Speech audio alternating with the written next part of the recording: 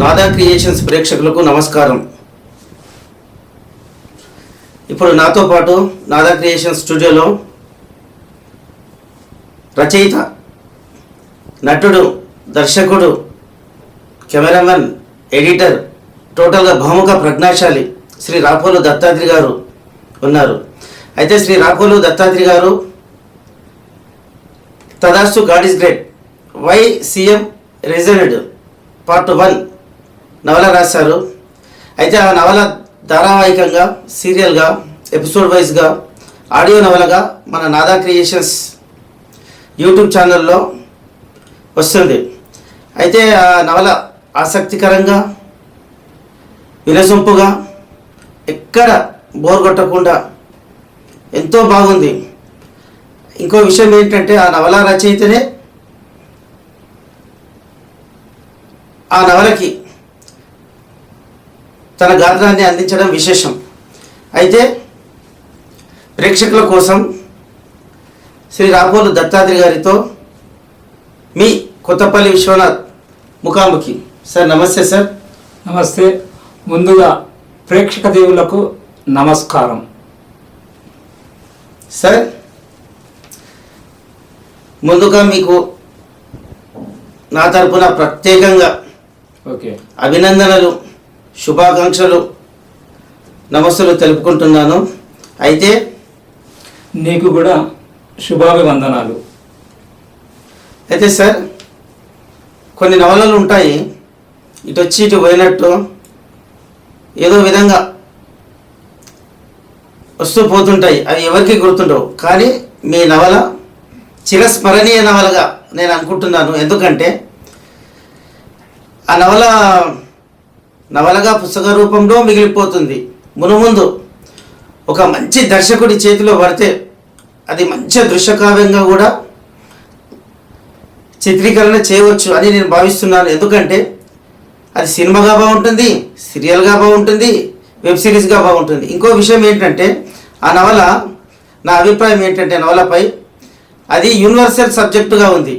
ఒక ప్రాంతానికో, ఒక ప్రదేశానికో, ఒక ఊరికో సంబంధించినట్టు కాకుండా సర్వమానవాళికి, విశ్వంలోని మానవాళికి అందరికీ ఉపయోగకరంగా ఉంటుందని నేను అనుకుంటున్నాను. ఎందుకంటే ఆ నవల నేను చదివాను, ఒక రాతప్రతిని మీరు గతంలో నాకు ఇచ్చారు. అయితే ఇప్పుడు కూడా క్రమం తప్పకుండా ఆ ఆడియో నవలని నేను వింటున్నాను. నాకు ఎక్కడ అది బోరు కొట్టలేదు. ఆ నవల గురించి మీతో ముచ్చటించాలనే ఈరోజు ఈ ముఖాముఖి మీతో. అయితే సార్ ముందుగా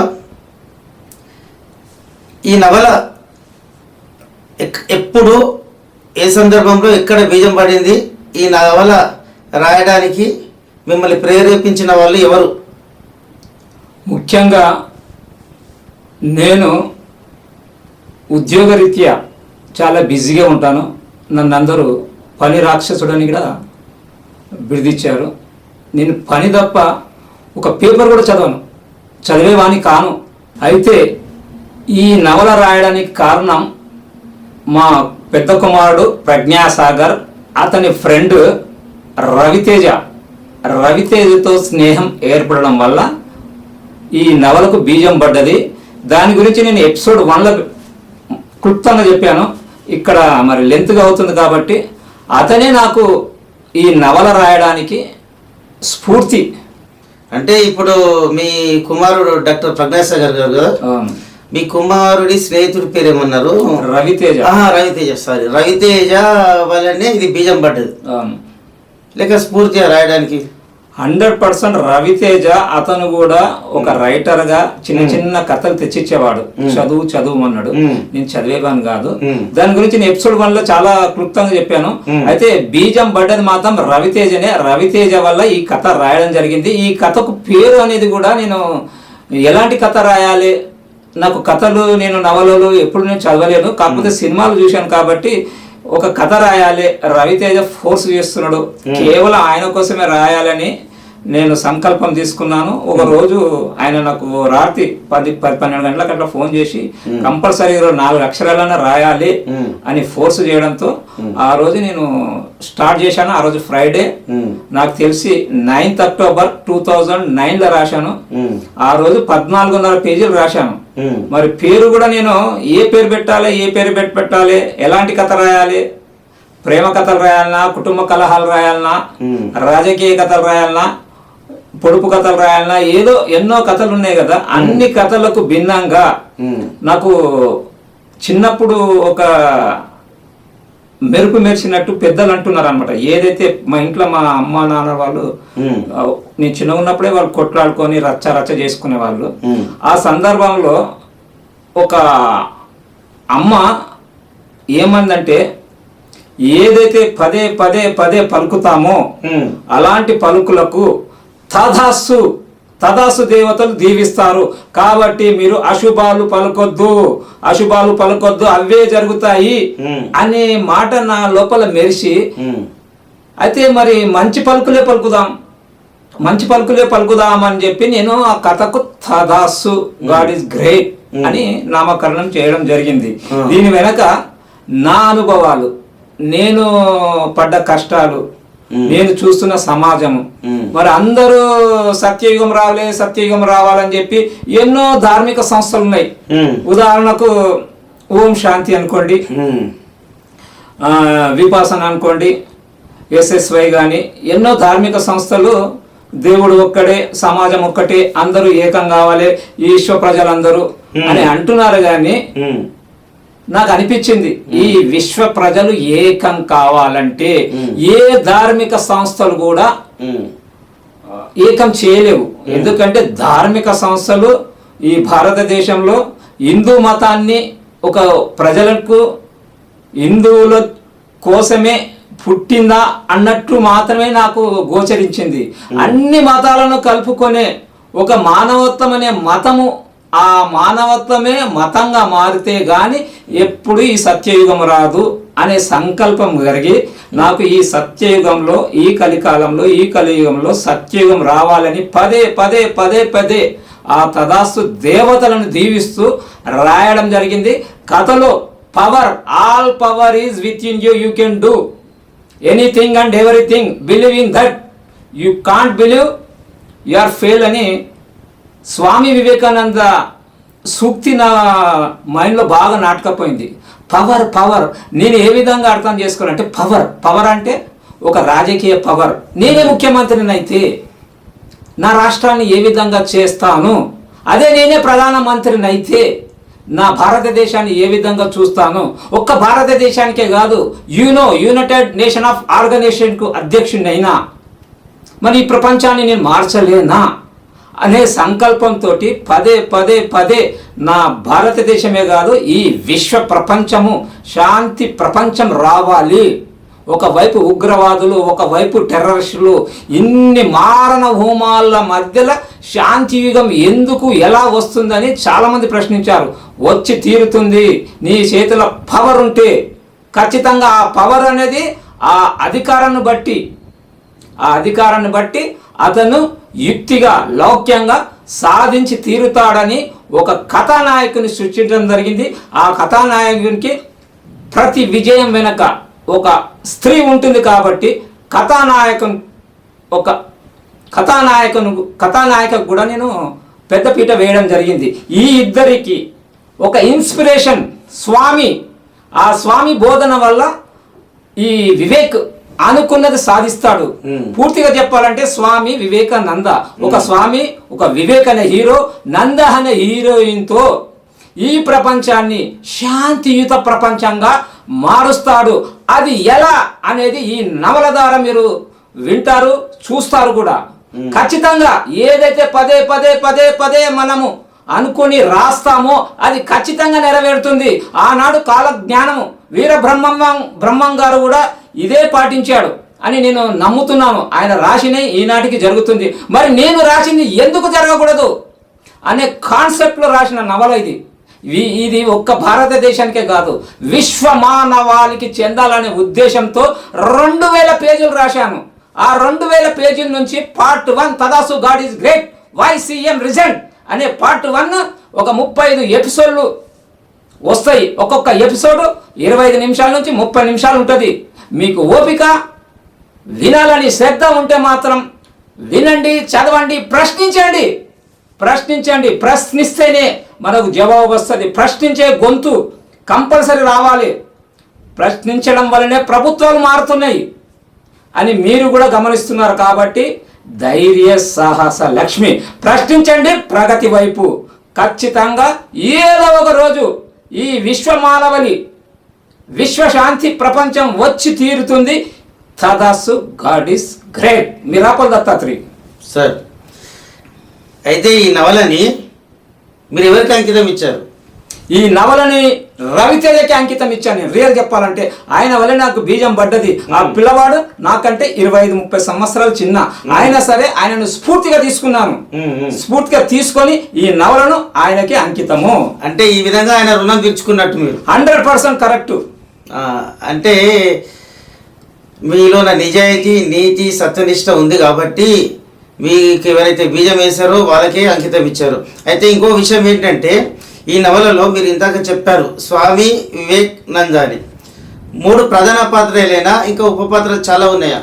ఫ్రెండ్ ప్రకాష్ ప్రాణ స్నేహితుడు, కరీం ప్రాణ స్నేహితుడు, గోపాల్ ప్రాణ స్నేహితుడు, ఇలా శివ ప్రాణ స్నేహితుడు. 5 మంది స్నేహితుల వల్ల ఈ విశ్వశాంతి వచ్చి తీరుతుంది.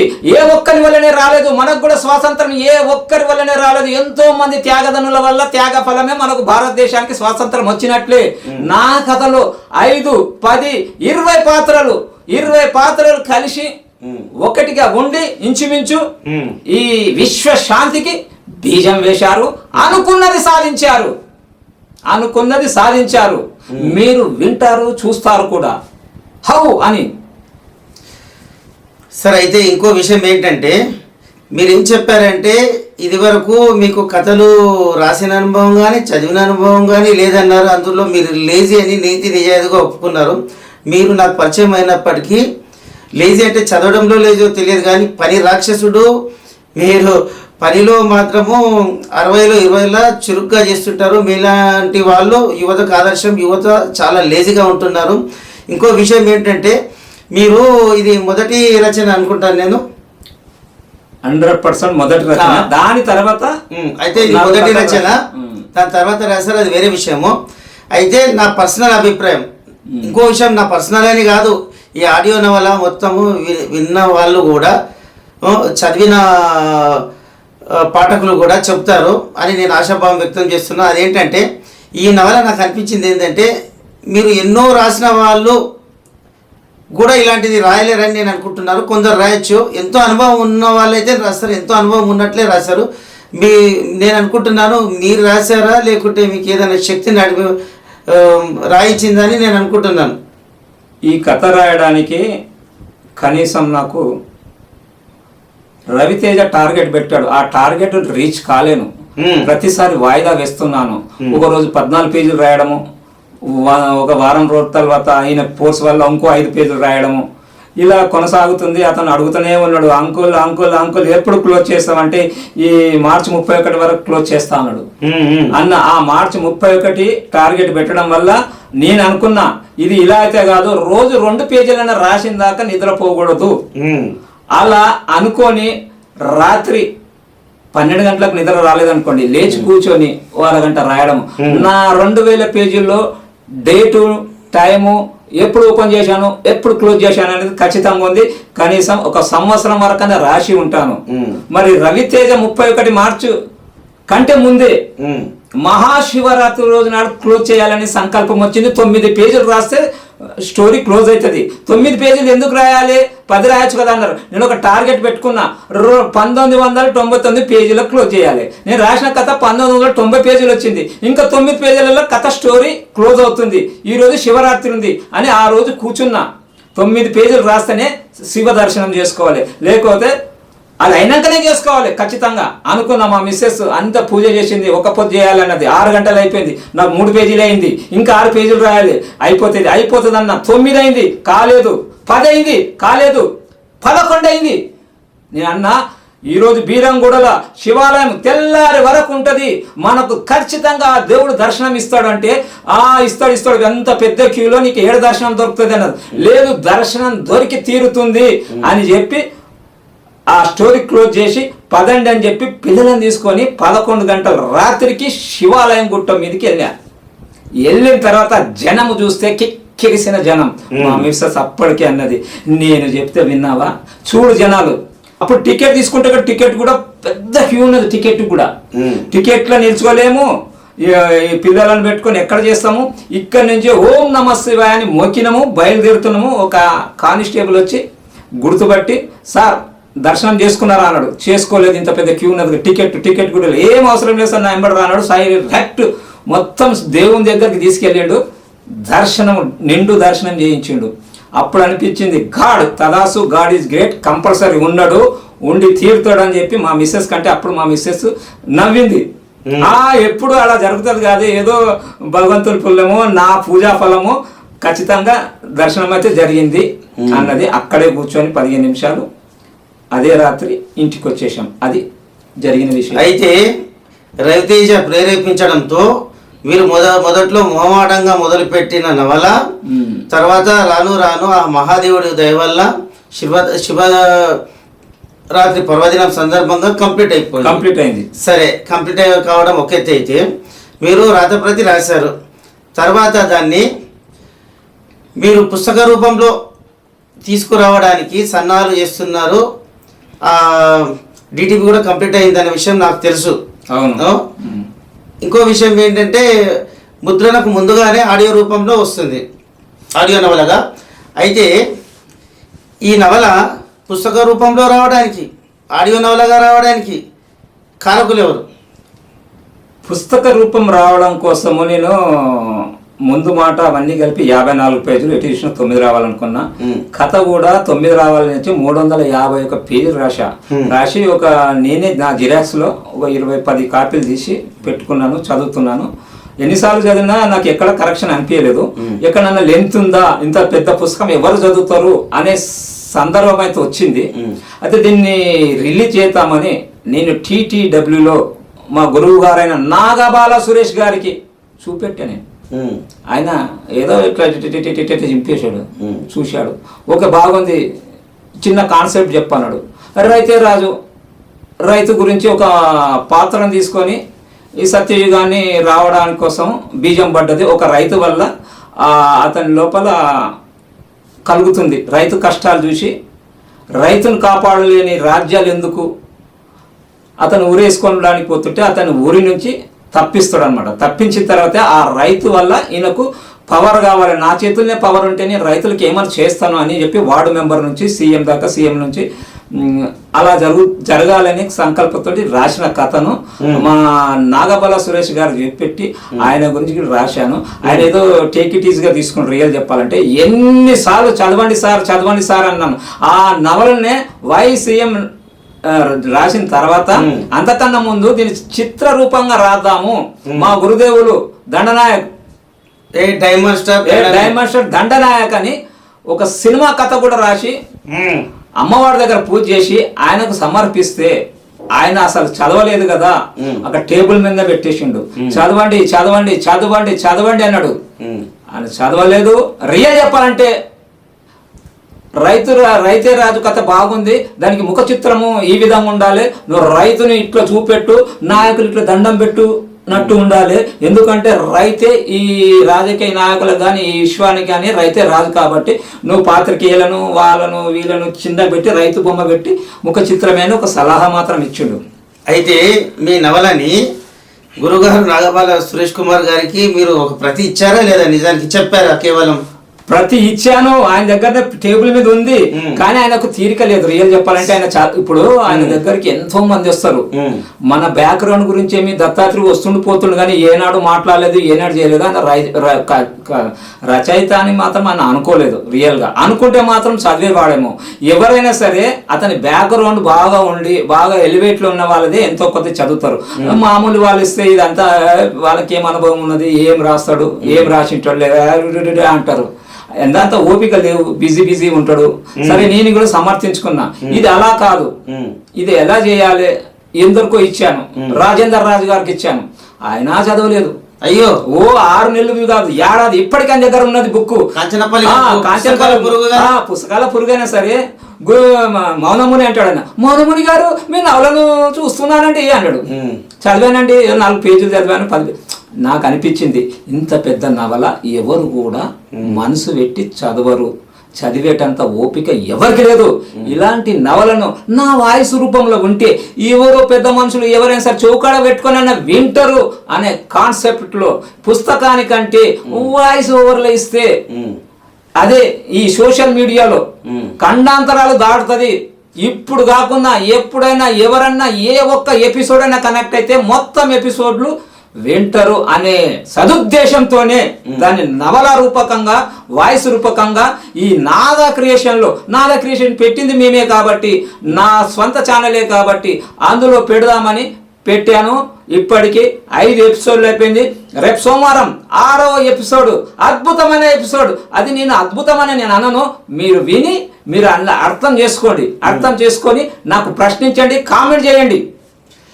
అయితే ఇప్పుడు మీరు 4 స్నేహితులు అన్నారు కదా, ప్రకాష్ 5 మంది సార్, 5 మంది వాళ్ళు 5 మంది 5 మతాల కులాలకు చెందిన వాళ్ళు, కానీ వాళ్ళు చాలా స్నేహపూర్వకంగా ఉంటారు. నిజమైన స్నేహానికి నిర్వచనం వాళ్ళు. నువ్వు అన్నది కరెక్టే. ఒక ముస్లిం మతం చనిపోతాడు, ఆ మతం చనిపోతాడు. అవును, కానీ మన హిందువే ఒక ముస్లిం మతాన్ని స్వీకరిస్తాడు. అంత్యక్రియలు చేయడం కాదు, అంత్యక్రియలు చేసిన తర్వాత కూడా ఆ స్నేహితుని మీద ప్రేమ ఉండడం వల్ల, ఆ స్నేహితుని వల్ల చిన్నప్పటి నుంచి ఖురాన్ నేర్చుకోవడం వల్ల ఈ కరీం చనిపోతే వాళ్ళ ఇంటికి ఒకగానొక కొడుకు, నేనెందుకు కొడుకుని కాకూడదు, వాళ్ళ తల్లిదండ్రులకు నేను కూడా సేవ చేస్తా అని చెప్పి వాళ్ళ తల్లిదండ్రులకి అది ఇప్పుడు నేను ఆ కథను ఎలివేట్ చేస్తే ఆ ఫ్లేవర్. నేను కూడా ఏమంటున్నానంటే ఈ కథ గురించి లోతుగా మిమ్మల్ని అడగదలుచుకోలేదు, ఎందుకంటే ఇప్పుడు ఎట్లాగో ఆడియో నవలగా వస్తుంది ప్రతి భాగంలోనూ. అయితే నేను ఆ నవల గురించి మొత్తం అడగలేను, ఆ నవల సారాంశము సూక్ష్మంగా చెప్పండి. నవల సారాంశం అనేది ఏమిటంటే, ఈ ప్రపంచంలో ప్రతి సమస్యకు పరిష్కారం ఉంటుంది, ఉండి తీరుతుంది. అన్ని ద్వారాలు మూసుకుపోయినా ఏదో ఒక ద్వారం తెరిచే ఉంటుంది అని పెద్దలు పదే చెప్పారు. నాకు కూడా ఏదో ఒక ద్వారం దొరకాలి అని వెతుకుతే నాకు ఒక ద్వారం దొరికింది. ఆ ద్వారం దొరికిన తర్వాతనే ఈ కథ రాయగలిగా. ఈ కథ గనక సక్సెస్ ఖచ్చితంగా అవుతుంది. దానికి నేను ఇన్ని సంవత్సరాలు అన్ని సంవత్సరాలని పెట్టను, కానీ ఏదో ఒక రోజు ఈ విశ్వం శాంతియుత ప్రపంచం ఖచ్చితంగా వచ్చి తీరుతుంది. అదే ఆ కథకు తదాస్తు అని దీవించాలని ఆ టైటిలే పెట్టిన నేను. అయితే తదాస్తు, God is great, why CM resigned, CM ఎందుకు రిజైన్ చేశాడు, పార్ట్ 1. తర్వాత పార్ట్ 2 కూడా మీ నుంచి ఆశించవచ్చా? 100% ఆశించవచ్చు. పార్ట్ 2లోనే నీకు విశ్వశాంతికి బీజం పడుతుంది. ఇక్కడ రాష్ట్ర లెవెల్లో జరుగుతుంది, అక్కడ భారతదేశం లెవెల్ దాటి విశ్వ మానవాళికి ఏకం చేయడం కోసం ఐక్యరాజ్య సమితి అధ్యక్షుడవుతుండు నా హీరో. అది హీరో అవుతుండా, హీరోయిన్ అవుతుండా, ఫ్రెండ్ అవుతుండా, అది సస్పెన్స్. అయితే ఈ నవల, ఆ నవల పేరు Tathastu god is great part 2. Who is president you know, నీకు తెలుసాని కాదు, you know, United Nation Organisation president ఎవరు అని ప్రశ్నిస్తున్నా.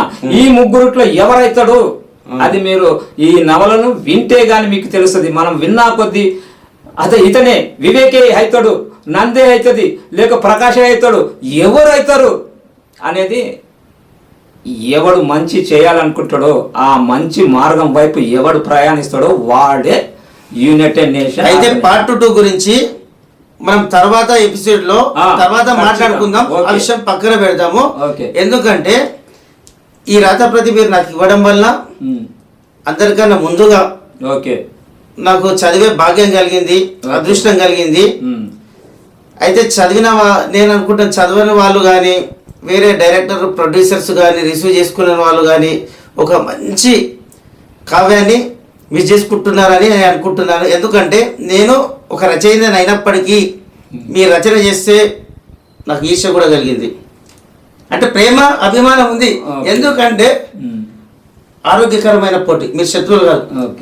నేను రాయలేకపోతే కదా, నేను రాసింటే నా ఖాతాలో ఉంటుండే. ఇంకో విషయం ఏమనుకున్నానంటే నేను ఆర్థికంగా బలవంతున్నైతే తర్వాత ఎవరో దర్శకుడికి నిర్మాతకు దొరికిన తర్వాత వాళ్ళు తీసుకోవచ్చు. ముందుగానే మీ దగ్గర హక్కులు కొనుక్కునేవాడిని నేను. అయితే నాకు అనిపించింది సంతోషం, మీరు అనుకోవచ్చు మీరు రాయగలరు కదా అని. ఎవరు రాసేది వాళ్ళు రాస్తారు. నాకు ఎందుకు అనిపించింది అంటే అది అన్ని భాషల్లో తీయచ్చు, ఆ సినిమా చాలా బాగుంటుంది. కానీ ధైర్యం చేసి ఒక స్టెప్ ముందుకేసి ప్రొడ్యూసర్స్ కానీ ప్రతిభ ఉన్న దర్శకులు కానీ దీన్ని తెరకెక్కిస్తే విజువలైజేషన్ చేస్తే చాలా బాగుంటుంది, చాలామందికి చేరువవుతుంది అని నేను అనుకుంటున్నాను. ఏది ఏమైనా సరే మునుముందు ఇది నవలగా సక్సెస్ అయింది అని నేను అనుకుంటున్నాను. సక్సెస్ ఇంకా అవుతుంది. అయితే ఇది మన తెలుగు ఈ దృశ్య రూపకంగా ఎప్పుడు వస్తుందో మునుముందు వస్తుంది అని ఆశాభావం వ్యక్తం చేస్తున్నాను. కానీ ప్రస్తుతం మాత్రం ఇది మన తెలుగు సాహిత్యంలో ఒక గుర్తుండిపోయే నవలల్లో ఇది చోటు చేసుకుంటుందని నేను ఆకాంక్షిస్తున్నాను. ఆ మహాదేవుని నేను మనస్ఫూర్తిగా కోరుకుంటున్నాను. ఎందుకంటే ఇలాంటి నవలలు రావడం చాలా తక్కువ, నేను చదువుతుంటాను. ఇది చాలా నాకు నచ్చిన నవలల్లో ఇది ఒకటి. ఇంకోటి విషయం నేను చెప్పవలసిన విషయమే, ఈ నవల ఇన్ని పేజీలు రాయడానికి కారణం కూడా ప్రోత్సాహం మా మిస్సెస్ కూడా. నువ్వు ఇంత అద్భుతంగా చదివింది, కొన్ని స్టార్టింగ్ లో చదివింది, బాగా రాస్తున్నావు. శంకర్ డైరెక్టర్ కనుక నీ కథ వింటే ఖచ్చితంగా, ఆమె ఎప్పుడో నేను భారతీయుడు సినిమా రిలీజ్ కన్నా ముందే రాసిన కథ, అది ఏదో సినిమాలను ఉద్దేశించి రాయలేను. ఈ విశ్వమానవాళి విశ్వశాంతి శాంతి ప్రపంచం రావాలనే కాన్సెప్ట్ తప్ప ఆ సినిమాను చూసి కాపీ కొట్టడము, ఈ సినిమా చూసి కాపీ కొట్టడం రావచ్చు. నా కథల నుంచి వాళ్ళకు కనపడవచ్చు, కానీ ఆ కథలో ఉన్న సన్నివేశాలు ఈ కథలో ఎప్పుడు కూడా నేను తీసుకోలేదు. దీనికి సాక్ష్యం విజయ్ కృష్ణ తణుకులో ఉన్నాడు, బావ అంటాడు. ప్రతి పేజీ క్షుణ్ణంగా చదివి నన్ను ఎంకరేజ్ చేసిన వ్యక్తి కూడా. బావా నువ్వు సాధించి తీరుతావు, సాధించి ఇప్పటికీ బావా నేను ఇక్కడ లేను, నేను ఉండితే నేను దాన్ని అద్భుతంగా నేను నీకు తోడ్పడుతుంటే. భగవంతుడు తోడ్పాటున్నది విజయ్, నువ్వు ఏం ఫిగర్ చేయకు, అది రేపు నేను వైరల్ చేస్తున్నా. ఖచ్చితంగా ఆ భగవంతుడే సంకల్పం. అయితే మీ నవలల్లో నేను నాకు తెలిసినప్పటికీ తెలిసినప్పటికీ చిన్నప్పటి నుంచి నేను చదివిన పుస్తకాలు కానీ కథలు నవలలు కానీ నేను చూసిన సినిమాలు సీరియళ్ళను కానీ పరిశీలిస్తే నేను చూసిన వాటిలో ఏ సంఘటనలు కానీ ఏవి రిపీట్ అయ్యేటట్టు నాకు అనిపించలేవు. ఇంకో విషయం ఏంటంటే ఎక్కడ బోర్ అనిపించలేదు, కంప్లీట్ చేశాను. నాకు అస్సలు బోర్ అనిపించలేదు. ఇంకా నెక్స్ట్ పార్ట్ కూడా చదవాలనిపించింది, అంత ఇంట్రెస్ట్ అనిపించింది నాకు మీ నవల. అది మీరు చదివారు, సంతోషం. మరి అందరూ చదవాలంటే అన్ని పుస్తకాలు నేను చేయలేను. ఒకవేళ చేసినా కూడా ఖర్చుతో కూడుకున్నది. నేను ఎప్పుడు కూడా 10,000 ఖర్చు పెట్టేతానా 1,000 రూపాయలతోటి ముగించే ఆలోచన ఉన్నది. రియల్ చెప్పాలంటే నా మ్యారేజ్ కానీ ఏ కార్యక్రమం చూసే వాళ్ళకు చాలా భారీ ఎత్తున ఉంటుంది, కానీ చాలా తక్కువ ఖర్చు అవుతుంది. పుస్తక రూపంలో కూడా తక్కువ చేద్దాం అనుకున్నా తక్కువ కాలేదు. అయితే ఇంకా నేను తగ్గించడానికి ఏమైనా ఉపాయం ఉందా అంటే సోషల్ మీడియాలో వైరల్ చేయు, నీకు ఏ ఖర్చు ఉండదు అని నా ఆత్మ చెప్పింది. ఆ ఆత్మ ప్రకారమే నా స్వరంలోనే నేను వినిపిస్తున్నాను. అయితే ఇప్పుడు చివరగా ఏంటంటే ఈ నవలని ఎవరైనా పేరున్న దర్శకుడు కానీ నిర్మాత కానీ దృశ్యరూపంగా తీయడానికి మిమ్మల్ని సంప్రదిస్తే మీ స్పందన ఏంటి? ఎవరైనా ఏదని తీయని సమాజం ఏ విధంగా ఉందంటే వానికి సినిమా అనేసరికి 2.5 గంటలు, వాడు 500 300 టికెట్ పెట్టుకొచ్చినందుకు ఖచ్చితంగా వాడు రిలాక్స్ చెందాలి, వాడు వానాలంటే నా కథను కూడా వాడు అటు ఇటు మలపొచ్చు, ఖైమా చేస్తారు. చేసినా పర్వాలేదు, ఒక్క కంటెంట్ మాత్రం వస్తే చాలు. నేను అనుకున్నది తదాసు, గాడ్ ఈజ్ గ్రేట్, వచ్చి తీరాలే అనే కాన్సెప్ట్ క్లోజ్ చేస్తే నేను ఖచ్చితంగా ఇస్తాను, నేను సహాయం చేస్తాను, ఒప్పుకుంటాను. ఖచ్చితంగా నేనే డైరెక్షన్ చేయాలని లేదు, ఎందుకంటే డైరెక్షన్ చేయాలంటే చాలా ఎక్స్పీరియన్స్ కావాలి. సరే మీ నవల దృశ్యరూపంగా అయితే అందరికీ చేరువవుతుంది అనే అభిప్రాయంతోనే అన్నాను. సరే, దర్శకుడు ఎవరైనా పర్వాలేదు, మీ మనసులోని భావాలు 10 మందికి తెలిస్తే చాలు. 10 మందికి తెలియాలి. 10 మంది లోపల సమాజం మారాలి మారాలి మారాలి. మారినప్పుడే నీకు సత్యయుగం వస్తుంది. అంటే ఎవడు మారడు, మార్చాలి మార్చాలి. అది ప్రేమతో కాదు, భయమే మనిషిని మార్చి తీరుస్తుంది. భయం వల్లనే తనకు సాధ్యం కాని పనులు, ప్రాణాంతకమైన పనులు కూడా ప్రజలు చేయడానికి సిద్ధంగా ఉంటారు. ప్రేమ వల్ల వస్తుందని చాలా మంది అంటుంటారు. ప్రేమతోటి భక్తి వస్తుంది, భావన వస్తుంది. భయంతో నువ్వు అనుకున్నది సాధించి తీరుతావు. అది ఏ భయం ఉండాలి? లౌకిక భయం. ఆ లౌకిక భయమే నా నాయకుడు ప్రజలకు శాసనాలు తీసుకొస్తాడు. ఈ నేడు శాసనాల వల్లనే, మన భారత రాజ్యాంగం వల్లనే రిజర్వేషన్లే కావచ్చు, ఓటు హక్కే కావచ్చు, రాజకీయ నాయకులకు చదువు లేకున్నా కూర్చునబెట్టే అధికారం ఒక రాజ్యాంగము, శాసనం వల్లనే ఈనాడు మన రాజకీయ నాయకులు ఏలుతున్నారు. ఒక్క శాసనం వల్లే. అలాంటి శాసనము రాజ్యాంగం కాదు, విశ్వాంగం రాస్తే గాని రాదని చెప్పి నంద, ఆమె ఒక లాయర్, ఆమె విశ్వాంగాన్ని రాస్తుంది. ఆ విశ్వాంగాన్ని అభివృద్ధి చేసింది మాత్రం నాయకుడు. ఆ నాయకుడు ఎవరనేది లాస్ట్కు తెలుస్తుంది. మన రాజ్యాంగం ఒక దేశానికి సంబంధించింది. విశ్వాంగం వచ్చుతుంది కాబట్టి అన్ని దేశాలకు సమాన పరిపాలన అందించేది ఒక విశ్వాంగం. ఆ విశ్వాంగాన్ని ఐక్యరాజ్య సమితి ఆధ్వర్యంలో అది వచ్చి తీరుతుంది. ప్రతి రాష్ట్రం, ప్రతి దేశం ఒకే శాసనం, ఒకే కరెన్సీ వచ్చి తీరుతుంది. అదే డాటా కరెన్సీ. ఆ డాటా కరెన్సీ వల్ల కరప్షన్స్ ఉండవు. No currency, only data currency. మరి డాటా కరెన్సీ వల్ల ఇన్ని ప్రజలకు అంతరాయం కలగదా అంటారు. టెక్నాలజీ అభివృద్ధి చెందుతుంది. అశ్లీలత ఈనాడు మొబైళ్ళ వల్ల యువతనే కానీ పిల్లలే కానీ చాలామంది పేడ ద్రోవన పట్టిస్తుంది మొబైల్. ఆ మొబైల్ గురించి నా నవలలో రాశాను. అది ఖచ్చితంగా అది సామాజికంగా రావాలంటే గ్లోబలైజేషన్ వచ్చి తీరుతుంది. అందరూ సంతోషించే రోజు వస్తుంది, సంతోషంగా బతుకుతారు. సార్, చివరగా మీరు యూట్యూబ్ ఛానల్లో మీరు మీ బహుముఖ ప్రజ్ఞ కనపరుస్తూ కథ, మాటలు, స్క్రీన్ ప్లే, ఎడిటింగ్, దర్శకత్వము, కెమెరా నిర్వహణ అంతా బహుముఖ ప్రజ్ఞ కనపరుస్తూ మీరు కొన్ని షార్ట్ ఫిలిమ్స్ చేశారు. అవి అన్ని వైవిధ్యభరితంగా ఉన్నాయి. మీరు వ్యాపార లాభాపేక్షతో కాకుండా సామాజిక శ్రేయస్సు కోసం, మీకోసం, మీ ఆత్మ సంతృప్తి కోసం తీసినట్లుగా అవి ఉన్నాయి. అవన్నీ చాలా బాగున్నాయి షార్ట్ ఫిలిమ్స్. అయితే ఇంకా మున్ముందు కూడా మీ నుంచి ఒక వెబ్ సిరీస్ కానీ, ఒక ఫుల్ లెంత్ ఫీచర్ ఫిలిం కానీ ఆశించవచ్చా? మేము ఆశించడమే కాదు, అభివృద్ధిలో పెట్టాము. ఒక 2 ఎపిసోడ్లు తీశాను. దాని పేరే మగువే మకరందం. మగువను ఎందుకు తీసుకోవాల్సి వచ్చింది? స్త్రీ సాధికారిత. ఎక్కడుంది సాధికారిత? స్త్రీ సాధికారిత రావాలి. ఎలా వస్తుంది? స్త్రీ మరి ఇన్ని సమస్యలను తన నెత్తి మీద వేసుకొని మల్టీ టాస్కింగ్, ఇక్కడ పిల్లలను, చదువులను, ఉద్యోగము, ఎన్నో పనులు చేస్తూ కూడా ఆమె ఇంకా అనగదొక్కబడుతుంది అనే కాన్సెప్ట్ లో మగువే మకరందాన్ని నేను వెబ్ సిరీస్ గా తీస్తున్నాను. ఇదే నాదా క్రియేషన్ లో 6 ఎపిసోడ్లుగా పెట్టబోతున్నాను. అయితే మగువే మకరందం అంటే ప్రేక్షకులు ఏమనుకుంటున్నారు? మగువ అంటే స్త్రీ, మకరందం అంటే తేనె. అంటే ఇండైరెక్ట్ గా అశ్లీలత, అసభ్యత ఏమని ఉంటుందా? ఎప్పుడైనా శృంగారం ఉంటుందా? మకరందం అంటే ఇప్పుడు గీతా మకరందం అన్నారు. గీతా మకరందం అంటే గీతను చదివి ఆనందించండి అంటారు. మగవను తెలుసుకొని ఆనందించండి. మగవ లేకుంటే ఈ ప్రపంచం లేదు, ఈ సృష్టి లేదు. మగవకు పెద్దపీట వేయండి అనే ఉద్దేశంతో చెప్పాను. ఎంతో మంది మగవారి పెత్తనానికి ఎంత మంచి ఉద్దేశంతో, సదుద్దేశంతో మగవే మకరందం అని చెప్పి మగవ గొప్పతనాన్ని చెప్పి పెద్దపీట ఇస్తారు. కొందరు ఏమనుకుంటున్నారంటే మగవే మకరందం అంటే అంత రొమాన్సే అని భావిస్తున్నారు.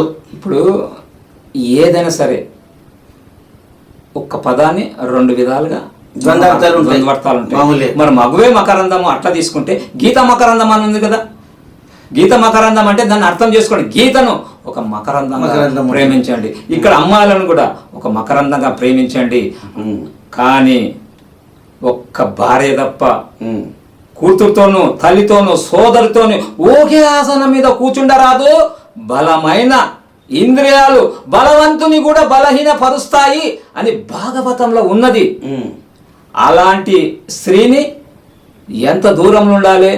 ఒక అక్కనే కానీ చెల్లెనే కానీ కౌగిలించుకోవడం కానీ టచ్ చేయడం కానీ ఒక భార్యను తప్ప మిగతా వాళ్ళను ముట్టుకుంటే ఏమి జరుగుతుంది? మీరు కూడా చూస్తున్నారు ఈనాడు రాజకీయ నాయకుల్లో ఎంతమంది బలైపోరు మగవ వల్ల. మగవను మగవగానే చూడండి సార్.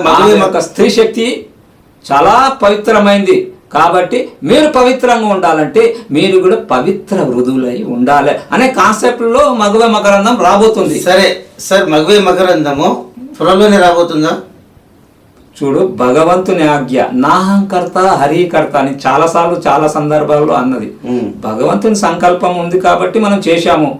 అలా అని చెప్పి పరుగులు తీసి మనం కాదు. దేనికైనా ఒక బడ్జెట్ కావాలి, డబ్బులు కావాలి. నా దగ్గర డబ్బులు లేవు. అరే నీ దగ్గర డబ్బులు లేవంటే ఎవరైనా నమ్ముతారా? కానీ నేను ఎవరికి అడగను. నేను సంపాదించుకోవాలి, నేనే తీయాలి. నాకు కావాలంటే పిల్లలు ఇవ్వచ్చు, వాళ్ళు ఇవ్వచ్చు. నేను ఎందుకు పిల్లల మీద ఎందుకు ఆధారపడాలి? నేనే తీస్తా, నాకు వచ్చిన కాడికి తీస్తా అని చెప్పి 2-3 ఎపిసోడ్లు జీరో బడ్జెట్లను ఎంతో 1000 రూపాయలతో తీసాం. అది ఇప్పుడు 30,000 అవుతుంది. నా దగ్గర లేవు. రియల్ చెప్పాలంటే మరి ఇంత పెద్ద స్టూడియో పెట్టుకునే దగ్గర డబ్బులు లేవా అని అంటారు. లేదు, నా సొంత డబ్బులు వచ్చినప్పుడే దాన్ని పట్టాల మీదకి ఎక్కిస్తాను, తీస్తాను, తీసి నేను నాదా క్రియేషన్లో పెడతాను. సార్, ఏది ఏమైనా సరే మగవే మకరందం లేటుగా వచ్చిన లేటెస్ట్గా వైవిధ్యభరితంగా మీ ప్రజ్ఞతో సమాజంలోకి వస్తుందని, అందరిలో మార్పు తెస్తుందని, వినోదం ఒక మంచి మెసేజ్ని ఇస్తుందని ఈ మగవే మకరందం వెబ్ సిరీస్ అన్నారు కదా. మీకు ఒక విషయం చెప్పాలి. అంటే నేను మధ్యలో దూరినందుకేమనుకోకు. 10 సంవత్సరాల నుంచి కథను ఒక సీరియల్గా తీయాలనేది ఆలోచన రాలేదు. దాని తర్వాత ఈ తప్పెవరిది అనే కథను రాశాను. దాని మీద ఫోకస్ పెట్టలేదు. తర్వాత ప్రేమ పవిత్రం విచిత్రం అని రాశాను. అది చెయ్యాలనుకున్నా, దాని మీద ఫోకస్ రాలేదు. అనుకోకుండా ఒక రోజు మగవే మకరందం అనేది ఒక చిన్న లైన్ దొరికింది. అది కనెక్ట్ అయింది నాకు. ఆ దాన్ని నేను పట్టాలకు ఎక్కియాలనుకున్నా. ఇవన్నీ పక్కన పెట్టి అది పట్టాలకు ఎక్కిస్తున్నా. అది నాకు నచ్చిన కథ కాబట్టి అది. అయితే ఇప్పుడు 10 సంవత్సరాల కింద కంప్లీట్ చేసిన కథలని పక్కకు పెట్టి అప్పటికప్పుడు బీజం పడిన దాన్ని తెర రూపాయలని చూస్తున్నాం. అది చాలా గొప్ప విషయము. అయితే సార్, షార్ట్ ఫిలిం డైరెక్టర్గా చూసాము. అయితే వెబ్ సిరీస్లో సినిమాలో పూర్తి స్థాయి డైరెక్టర్గా మీ పేరు నిలబడుతుందని నేను ఆకాంక్షిస్తూ మీకు మరొక్కసారి మీ అమూల్యమైన సమయాన్ని కేటాయించి నాతో ముచ్చటించినందుకు, ప్రేక్షకుల కోసం ముచ్చటించినందుకు ప్రేక్షకుల తరపున, నా తరపున మీకు మరొకసారి అభినందనలు, శుభాకాంక్షలు తెలుపుతూ ధన్యవాదములు. God is great. అందరూ బాగుండాలి. Tathastu. God is great. Mirapal Dattatri, Nada creations.